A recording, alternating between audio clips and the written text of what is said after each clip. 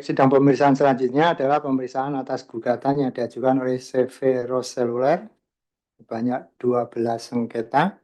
Sidang dibuka dan terbuka untuk umum. Untuk hari ini dari tergugat siapa yang hadir? Terima kasih Majelis. Tergugat diwakili oleh Lili Ponika, Edward Pertama, dan Purwo Priyono. Terima kasih. Baik, untuk penggugat siapa yang hadir? Baik, terima kasih Majelis. Dari pihak penggugat yang hadir pada persidangan kali ini ada Fikri Abdul Wahab, Rinto Setiawan, Gita Riana, dan saya sendiri Kavi Permana Majelis. Baik, semua pihak sudah hadir. Agenda hari ini adalah para pihak menyampaikan pendapat akhir. Tergugat sudah menyampaikan pendapat akhirnya. Sudah kami upload di e-textcode dan ShareDoc dalam versi Word dan PDF Majelis. Baik, untuk penggugat sudah menyampaikan pendapat akhir. Baik, Majelis mohon izin kami dari pihak penggugat tidak menyampaikan kesimpulan akhir, namun dalam persidangan kali ini izinkan kami untuk menyatakan atau membuat pernyataan resmi dan keberatan terhadap proses selama persidangan demikian. Majelis. Baik, ya ini agendanya pendapat akhir, tapi silakan apa yang disampaikan hari ini. Tergugat untuk pendapat akhir sudah majelis terima ya. Dan ini majelis anggap sudah diucapkan, dibacakan. Ya, apa ada mau yang disampaikan lagi? Poin-poin pentingnya aja kalau mau gitu. Baik Majelis, ada sedikit poin-poin penting yang ingin kami sampaikan. Ya. Ya. Silakan singkat saja ya. Ya. Karena secara umum kan sudah disampaikan di sidang-sidang sebelumnya gitu. Jangan Betul. pengulangan-pengulangan itu. Ya. Baik, kami informasikan bahwa untuk 12 berkas ini karena dalil dari penggugat sama dan jawaban kami juga sama. Sebenarnya hal baru ini hanya terkait dengan legal standing kami, itu yang hal baru Majelis. Jadi kami penekanan pertama untuk dalil dari penggugat sendiri adalah bahwa surat keberatan itu tidak ada daftar dokumen lampiran surat keberatan sesuai dengan SE 11. Kemudian bahwa tim peneliti keberatan tidak memperlihatkan surat tugas sesuai dengan pasal 29 ayat 2 Undang-Undang KUP. Yang ketiga, bahwa menurut penggugat, tanggapan penggugat tidak dituangkan dalam berita acara kehadiran sesuai dengan pasal 15 ayat 3 PMK 9.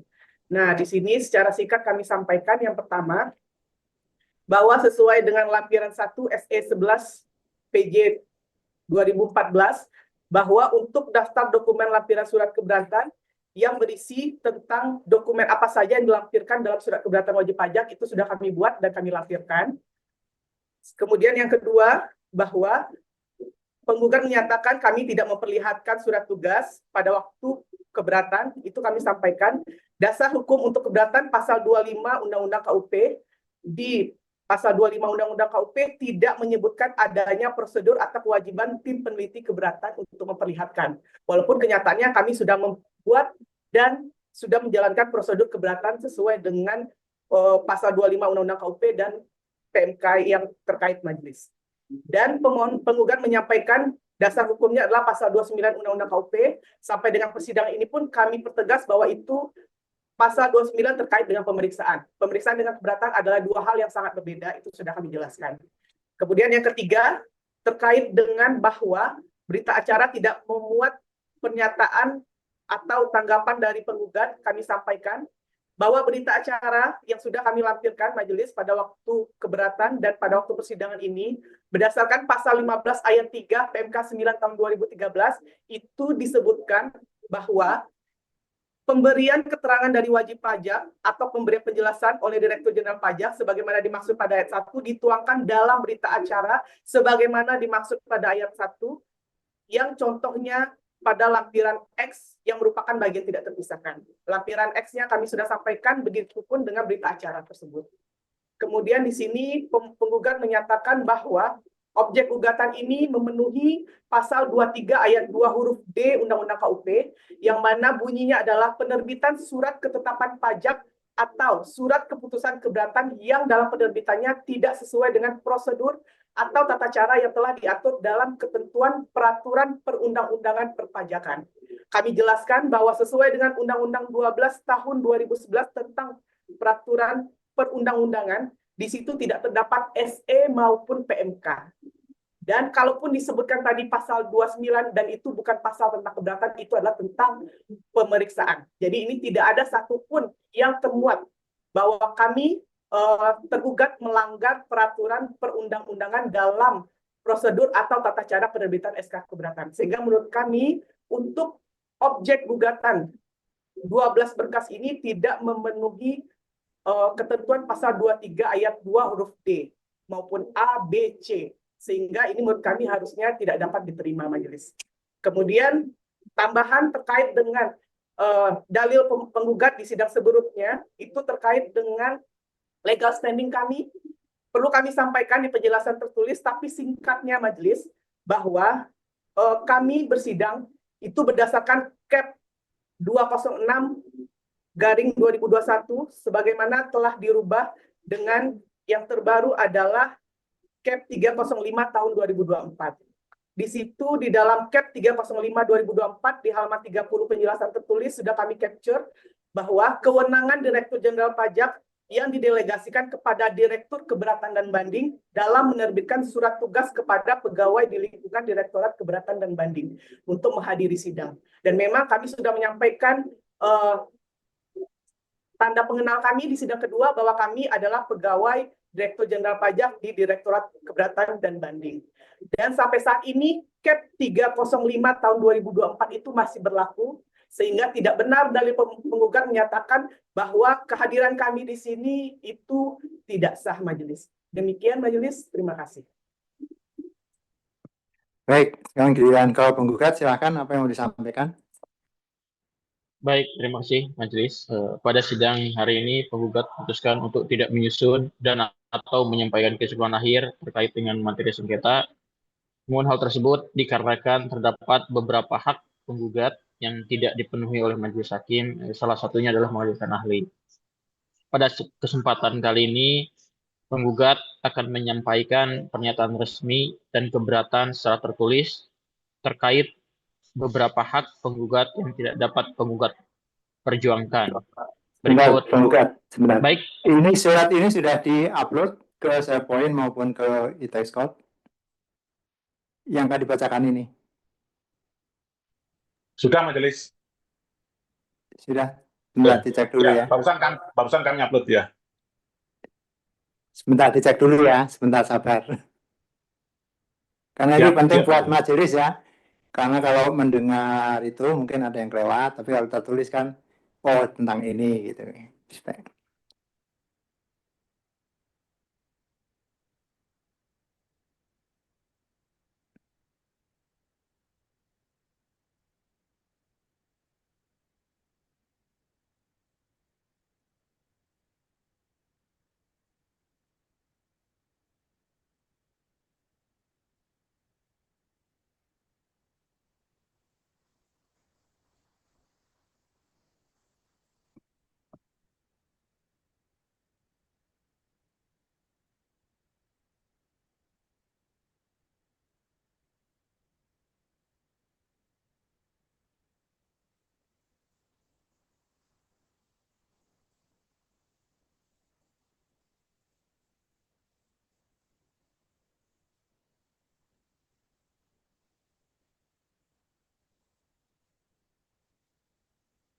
Baik, majelis sudah mengecek, memang sudah disampaikan. Terima kasih. Silakan disampaikan ke penggugat.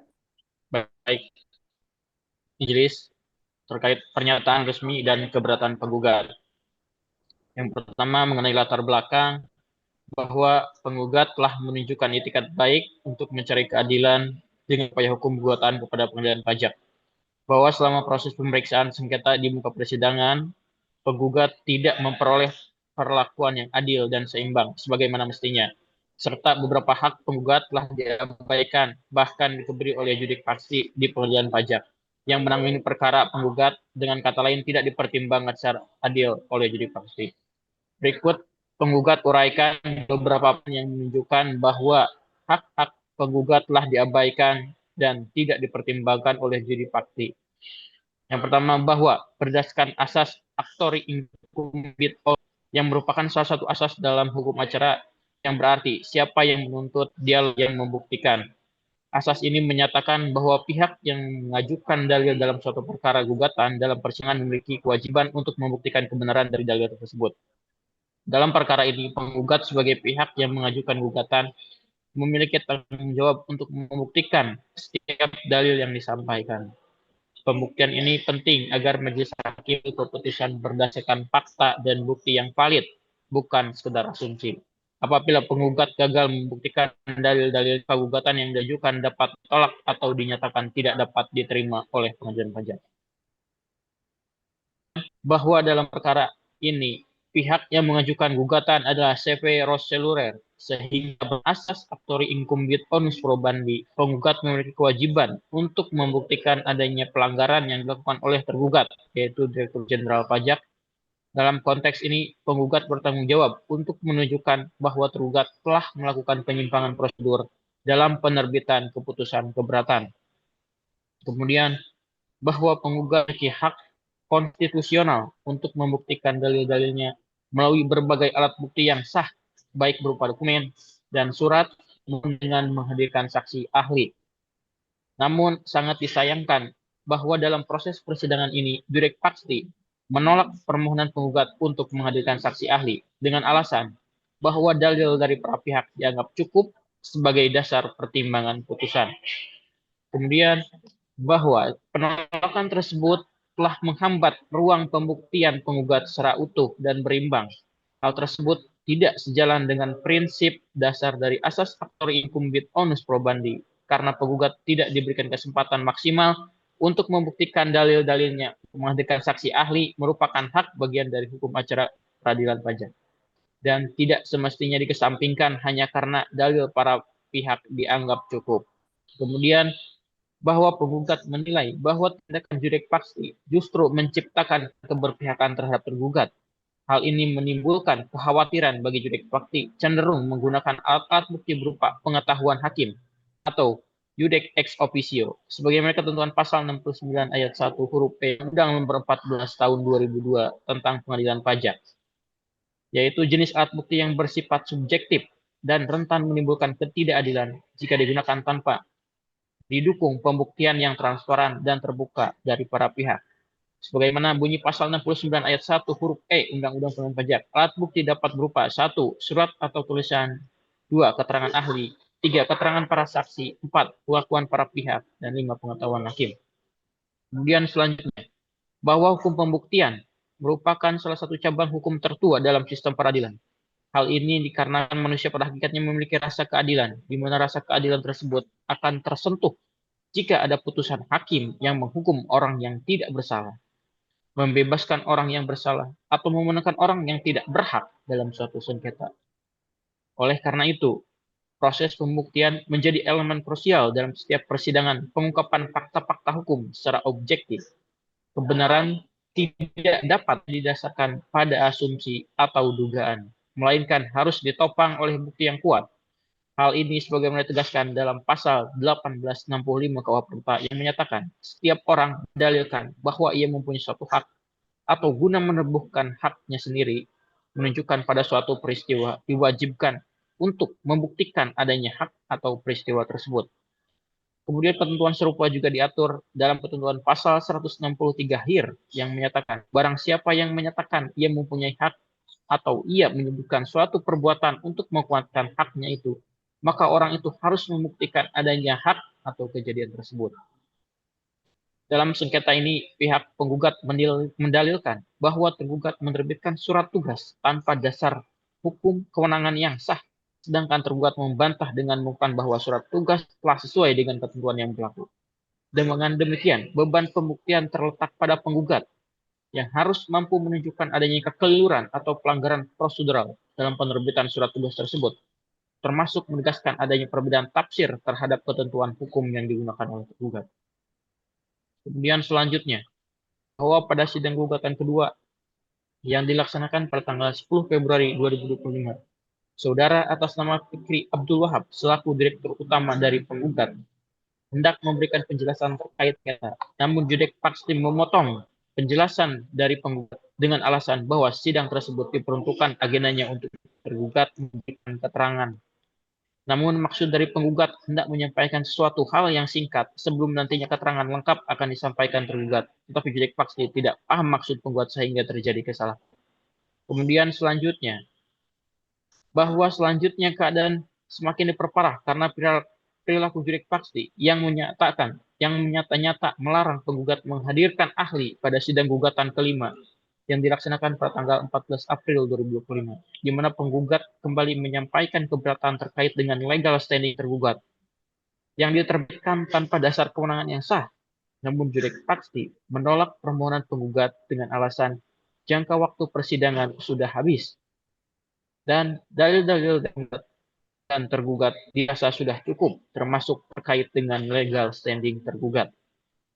Kemudian selanjutnya, bahwa perilaku Judek Paksti nyata-nyata telah melanggar kode etik dan perilaku hakim tersebut dapat terlihat jelas dari penolakan Judek Paksti yang diulang-ulang, padahal penggugat juga berulang memohon untuk perpanjangan jangka waktu dan menghadirkan ahli, sehingga Judek Paksti patut diduga telah melanggar hukum acara peradilan pajak.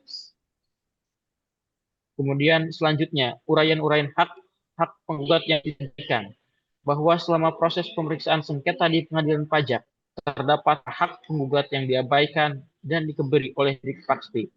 Adapun hak-hak penggugat yang dimaksud antara lain sebagai berikut. 1. Hak untuk menyampaikan alat bukti dan dokumen secara lengkap, yaitu bahwa dalam beberapa kali persidangan, penggugat telah memohon perpanjangan waktu untuk bukti berupa keterangan ahli memberikan penjelasan yang relevan terkait dengan pokok sengketa. Namun Judek Paksti menolak permintaan penggugat tanpa hukum atau pertimbangan yang cukup, padahal alat bukti tersebut sangat penting untuk membuktikan kebenaran hakim. Hakim wajib menggali, mengikuti, dan memahami nilai-nilai hukum serta rasa keadilan yang hidup dalam masyarakat sebagaimana ketentuan pasal 5 ayat 1 Undang-Undang Kekuasaan Kehakiman yang berbunyi, hakim dan hakim konstitusi wajib menggali, mengikuti, dan memahami nilai hukum dan rasa keadilan yang hidup di masyarakat. Kemudian, poin yang kedua, hak untuk menghadirkan saksi ahli, bahwa penggugat juga telah mengajukan permohonan untuk menghadirkan ahli yang memiliki pengetahuan langsung terkait pokok sengketa. Namun Judek Paksti tidak memberikan kesempatan bahkan menolak permohonan penggugat untuk menghadirkan ahli. Hal ini membuktikan bahwa penggugat kehilangan haknya untuk mengajukan alat bukti dalam persidangan. Kemudian poin yang ketiga, hak untuk menyampaikan pernyataan terkait fakta persidangan, bahwa selama beberapa kali persidangan penggugat tidak diberikan ruang yang memadai untuk menyampaikan pernyataan-pernyataan dan fakta yang relevan dengan perkara. Termasuk diantaranya adalah saat penggugat menyampaikan surat eksepsi yang berisi keberatan atas legal standing tergugat. Namun Judek Paksti tidak memberikan tanggapan secara utuh dan proporsional terhadap eksepsi tersebut. Sikap demikian menimbulkan pertanyaan mendasar, apakah proses persidangan ini sungguh-sungguh memberikan ruang penggugat untuk didengar dan membela hak-haknya secara adil? Bila Judek Paksti tidak memberikan perhatian terhadap pendapat dan keberatan yang diajukan penggugat, maka patut dipertanyakan pula tujuan Judek Paksti mengundang kembali penggugat untuk hadir dalam persidangan akhir yang dijadwalkan pada tanggal 28 Februari atau hari ini. Hak-hak untuk didengar Audi et alteram parte adalah bagian dari hak yang tak terpisahkan dari asas peradilan yang adil tanpa adanya kesempatan yang untuk menyampaikan pendapat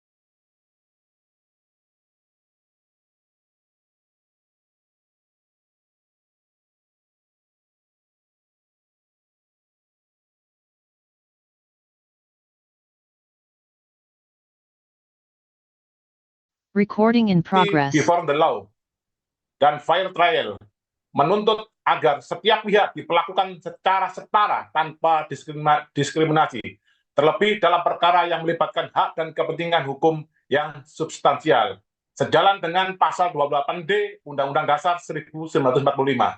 Terakhir, karena penggugat telah kehilangan Sebentar. Ini bukan memotong, nanti saya lanjutkan. Itu saudara Kavi masih ikut sidang ini atau enggak? Karena kameranya off. Ya kalau memang mau keluar saja gitu loh.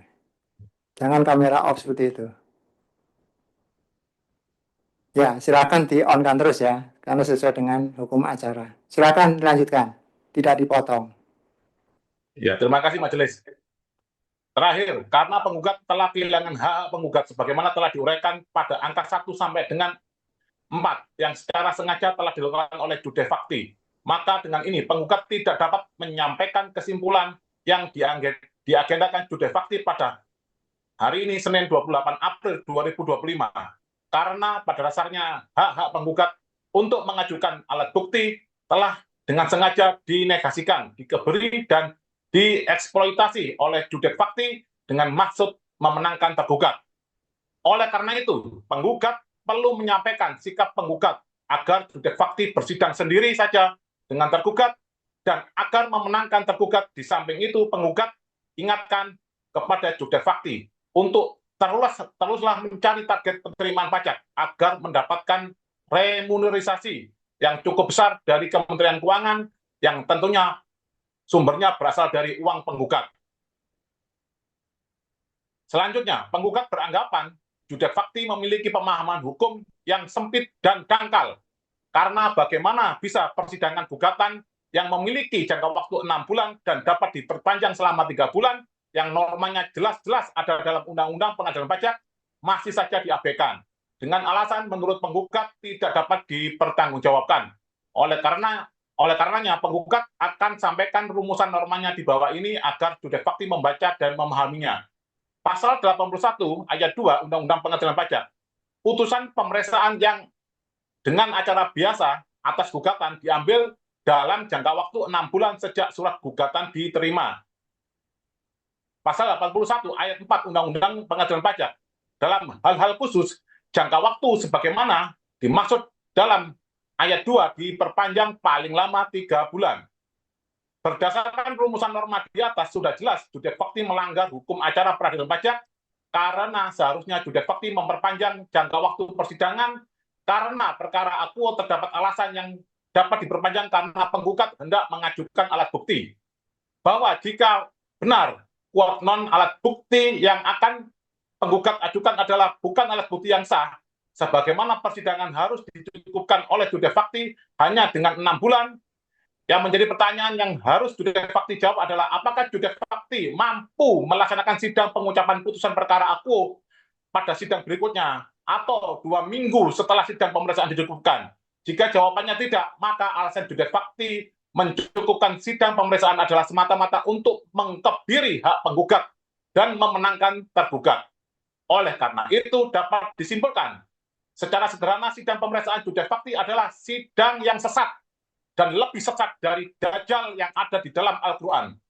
Sehubungan dengan pemahaman jude fakti yang lagi-lagi penggugat harus katakan sempit dan dangkal, lantas menimbulkan pertanyaan bagi penggugat, apakah gelar akademik sarjana hukum atau magister hukum yang jude fakti miliki itu sah atau hanya gelar akademik yang dikondisikan? Melanjutkan pertanyaan pertama penggugat, timbullah pertanyaan kedua, bagaimana bisa jude fakti memutuskan perkara terhadap surat akuo dengan alat bukti pengetahuan hakim, sedangkan jude fakti saja memiliki pemahaman hukum yang sempit dan dangkal. Oleh karenanya, putusan jude fakti patut diragukan pertimbangan hukumnya yang sudah pasti akan menjadi presiden buruk dalam perkara perpajakan sehingga merugikan bagi wajib pajak lainnya. Untuk kembali memperjelas agar jude fakti membaca dan memahaminya, penggugat sertakan di bawah ini rumusan norma pasal 69 ayat 1 huruf E Undang-Undang Pengadilan Pajak yang berbunyi, alat bukti berupa A. Surat atau tulisan, B. Keterangan ahli, C. Keterangan para saksi, D. Pengakuan para pihak dan atau pengetahuan hakim E. Demikian uraian Yang dapat penggugat sampaikan sebagai penutup, penggugat menganggap persidangan perkara akuo tidak pernah ada dan penggugat akan menempuh upaya administratif yaitu dengan melaporkan judek fakti kepada Badan Pengawas Mahkamah Agung terkait dengan pelanggaran hukum acara, melaporkan judek fakti kepada Komisi Yudisial terkait kode etik dan pedoman perilaku hakim, serta menempuh upaya hukum melainkan gugatan terhadap judek fakti kepada Pengadilan Negeri Jakarta Pusat dan sampai berjumpa di Pengadilan Negeri Jakarta Pusat. Kesimpulan permohonan penggugat. Berdasarkan uraian penjelasan di atas, penggugat menyatakan bahwa 1. Penggugat menyatakan tindakan dan atau sikap judek fakti yang tidak memberikan dan atau membatasi hak-hak dari penggugat selama proses pemeriksaan perkara telah mencederai prinsip peradilan yang adil, seimbang, dan terbuka. 2. Penggugat menyampaikan keberatan secara resmi melalui surat ini dan memohon agar menjadi catatan dalam berita acara persidangan. 3. Penggugat menyarankan judek fakti agar memenangkan tergugat dalam sengketa ini supaya target penerimaan pajak yang menjadi visi utama dari tergugat cepat tercapai. Dan tentunya agar mendapatkan remunerisasi dari Kementerian Keuangan yang sumbernya berasal dari uang penggugat. Walaupun hal tersebut dilakukan dengan mengabaikan hak-hak penggugat. 4. Penggugat menganggap persidangan perkara akuo tidak pernah ada. 5. Penggugat menyatakan persidangan yang dipimpin judek fakti adalah persidangan sesat dan lebih sesat dibanding dajjal yang ada di dalam Al-Quran. 6. Penggugat akan menempuh upaya administratif yaitu dengan melaporkan judek fakti kepada Bawas MA terkait pelanggaran hukum acara, melaporkan judek fakti kepada Komisi Yudisial terkait kode etik dan pedoman perilaku hakim, serta menempuh upaya hukum dengan melayangkan gugatan terhadap judek fakti kepada Pengadilan Negeri Jakarta Pusat. Demikian kami sampaikan, mungkin ada dari Direktur Sipil Rasulullah, Pak Fikri.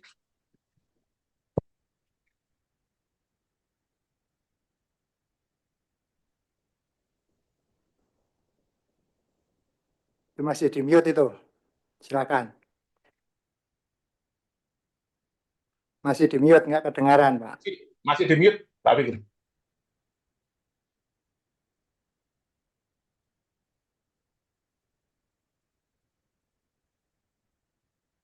Ya, Pak Majelis Hakim yang terhormat, terima kasih kedengaran ya Pak. Sudah kedengaran, Pak. Silakan, Iya. Pak. Sedikit saja Pak, agar dimengerti hak-hak saya tidak diberikan di sini. Untuk permasalahan normalisasinya adalah masa, makanya saya menggugat ini kan masa untung 100-200 ditagih 1 miliar. Udah begitu ditagih lagi turun 700, ditagih lagi 500, ditagih lagi 400. Itu makanya saya menggugat dan lain-lain karena ini adalah pemerasan dan penekanan terhadap saya, Pak. Sangat-sangat tidak masuk akal. Saya sudah menjelaskan bukti-bukti saya punya, semua ada. Kedua, masalah PPN. Saya ini kan bukan pabrik HP, Pak. Saya ini kan hanya toko retail lokal biasa, Pak.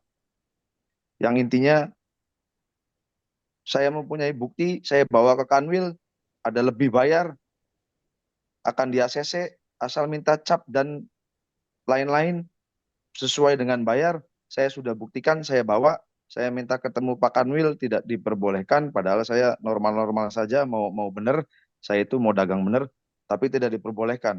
Sedangkan saya udah kasih bukti-bukti semua, tapi ternyata ditolak juga. Padahal hanya karena nama CV Seluler dan CV Seluler atas nama Fikri Abdul Wahab. Nah, saya ini kan toko yang dipermasalahkan juga kan ini sudah tutup. Terbukti, ada buktinya demi hukum. Masa saya suruh bayar 10% pabrik Samsung itu kan tidak masuk akal, makanya saya mencari jalur yang benar, Pak. Seumur-umur saya baru kejadian seperti ini, Pak Hakim, agar bisa dimengerti dan keputusannya yang adil, Pak. Karena ini saya bisa habis semua ini, Pak. Bisa hancur semua ini, Pak. Karena saya hanya lokal saja, Pak, gitu, Pak. Jadi ini sangat banyak trik. Mereka ke A, saya jelaskan ke A. Saya ke A, mereka ke B, saya C. Saya selalu jelaskan dengan normatif dan fakta, Pak. Handphone itu kan gampang, Pak. Saya kan beli ke supplier, nggak susah. Seperti itu, Pak. Tidak ada yang saya jelaskan apapun itu diterima tapi tidak. Jadi ini serba salah semua, Pak, saya, Pak. Seperti itu, Pak Hakim. Makanya saya minta agar persidangan ini memberikan keputusan yang sangat baik, Pak. Karena ini menyangkut kehidupan saya, anak-anak dan istri saya dan lain-lain, Pak Hakim. Karena saya hanya toko satu, gampang. Dari awal aja udah nggak bener ini Pak, pemeriksaan dari KPP Cirebon, dari Kanwil juga. Padahal semuanya itu hanya hal yang simpel, yang standar. HP itu gampang, bisa dicek semua Pak. Seperti itu. Saya sudah bayar 10%-nya ke Samsung, ada buktinya semua. Tapi tidak diterima, saya tidak ngerti Pak. Seperti itu Pak, saya bisa habis ini Pak. Kalau ini seperti itu Pak. Dari awal sudah pemeriksaan sudah dipaksakan Pak. Saya ditekan, ditakut-takuti. Seperti itu Pak Hakim. Mohon kiranya terima kasih Majelis Hakim. Saya sangat kecewa sekali Pak Hakim. Mohon di keputusannya Pak Hakim. Saya bukan orang ngerti hukum, tapi saya hanya masa saya suruh cek kondisi 5 tahun yang lalu. Dulu kan saya buku kasnya hanya normal-normal saja Pak. Tidak ada komputerisasi. Selalu begitu. Kan kita nggak ngerti Pak. Saya kan hanya dagang-dagang aja, jualan-jualan Pak. Seperti itu Pak Hakim. Mohon maaf. Terima kasih Pak Hakim. Mohon. Baik, terima kasih para pihak sudah diberikan kesempatan untuk menyampaikan tergugatnya keberatan akhir, penggugat menyampaikan tadi disebut keberatan, majelis sudah terima, semua akan menjadi bahan pertimbangan dan majelis akan mencukupkan sidang pemeriksaan ini, ya. Jadi setelah ini tidak ada lagi komunikasi, nanti putusan akan diupload di e-Textcode karena ini merupakan persidangan melalui e-Textcode, ya. Jadi nanti akan ada pemberitahuan bahwa putusan sudah diupload. Dengan putusan diupload itu berarti diucapkan. Dan demikian sidang hari ini majelis menyatakan bahwa pemeriksaan gugatan yang diajukan oleh penggugat CV Roselures sebanyak 12 sengketa dinyatakan cukup dan sidang ditutup. Terima kasih Majelis.